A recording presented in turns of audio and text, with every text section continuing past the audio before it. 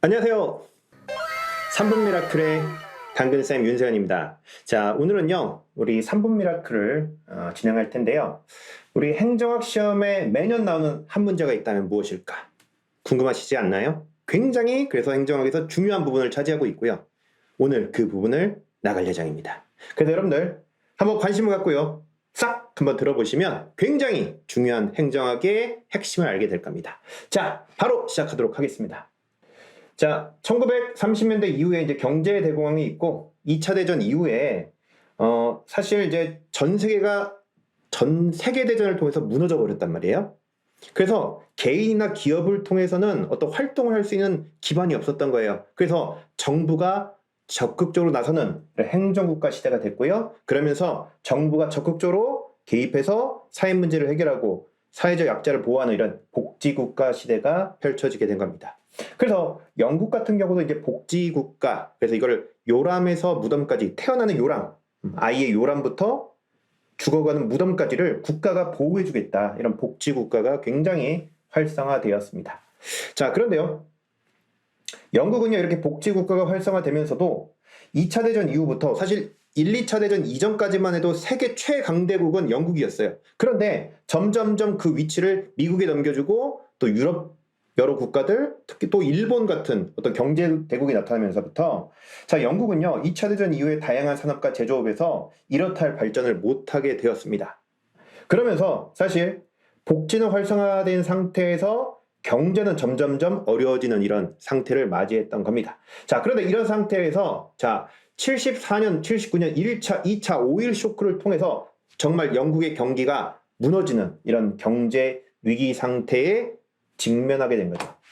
그런데 이런 경제가 어려워요. 이런 어려운 상황에서 복지는 활성화되어 있다 보니까 사람들이 자, 뭐 오일 쇼크 통해서 막 실업이 되고 막 일자리가 없어지더라도 노동의욕이 상실된 겁니다. 이걸 우리가 영국병이라고 하는데 국가가 도와줘. 나 실업해서 실업수당 나와. 그냥 먹고 살만해. 국가의 도움이 워낙 크다 보니까 사람들의 노동의욕 상실이라는 영국병이 있었고, 그래서 경기를 회복하기 어려운 굉장히 어려움이 있었습니다. 자, 이런 2차 대전 이후부터 79년도에 오일 쇼크 때까지의 이게 영국의 경제 상황이었어요. 첫 번째, 복지가 활성화됐다. 하지만 경기는 어려웠다. 그러면서 영국병이 생겼다. 그래서 이 79년 5월 4일에 마가렛 대처, 우리가 철의 여인이라고 하죠. 이 마가렛 대처가 총리가 당선되고요. 실제 79년부터 90년까지 11년 동안 영국에서 개혁을 하기 시작했는데 그 개혁을 우리가 신공공관리, 즉 NPM이라고 하는 겁니다. 그래서 사실 NPM의 핵심은 영국이에요. 이 마가렛 대처가 진행한 이 행정개혁을 우리가 신공공관리라고 하는 겁니다. 그 내용이 무엇인지가 굉장히 중요한 거죠.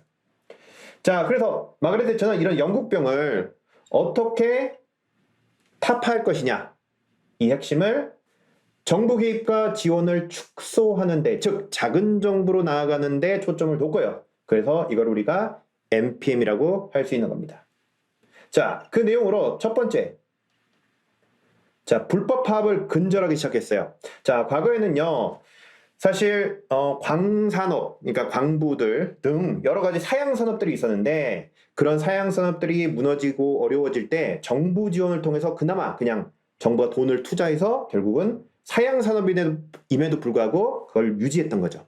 하지만 이렇게 어려운 사양 산업, 미래가 없는 산업은 정부 지원을 축소하겠다는 겁니다. 뭐 그럴 때 엄청난 파업이 일어난 거죠. 그런 파업을 불법 파업으로 보고 엄중하게 처벌하면서 정부 지원을 축소해 나가겠다. 이게 마가렛 대처의 정책 중에 하나 있습니다. 자, 또 하나는 공기업의 민영화예요. 그러니까 적자 공기업들을 이제 그동안은 적자 공기업이더라도 정부 지원을 통해서 막 유지했던 건데 정부 지원을 축소하겠다는 겁니다. 그리고 이제 아예 공기업을 민영화하겠다는 거예요. 뭐 하겠다는 거예요? 작은 정부. 그러면서 정부의 개입을 축소해 나가겠다. 이게 NPM의 주요 내용이었습니다. 거기다 복지 제도도 축소하기 시작했어요. 자, 대표적인 게 공용주택의 민간 매각인데요. 우리가 이제 공공주택들을, 아파트나 공공주택들을 정부가 싼 값에 공급했는데 복지 차원에서 이런 공공주택들을 민간에 매각하면서 이제 이런 복지 제도도 축소하는 이런 모습들을 보이게 된 겁니다. 결국 정부 개입의 영역을 축소해 나가겠다라는 거죠.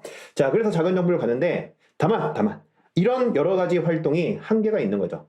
이렇게 해서 정부가 능률적으로 이루어지고 경제를 살리는 데 도움이 됐으나 이게 이제 결국은 공공성에 지나친 축소 논란을 야기한 겁니다. 이걸 이제 행정학적으로 이제 공공 책임성을 약화시켰다라는 비판을 받는 게 NPM이죠. 그래서 사실 공공성의 개념은 NPM 전에는 사실 각광을 받지 못했어요. 그런데 여기까지가 이제 마가렛 대처인데, 자, 우리가 지난 시간에 봤던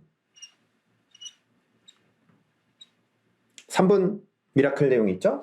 자, 마가렛 대처 정부는 이 행정부의 효율성 중심에서 작은 정부를 어떻게 이룰지에 대한 관심이 있었는데 이게 너무나 사실 공공성 축소를 야기하는 이런 문제가 있었다는 거죠. 그래서 이 효율성에 대한 중심의 정부 개혁에 대한 어떤 반작용으로 나온 게 이제 공공성, 공공가치의 개념이고요.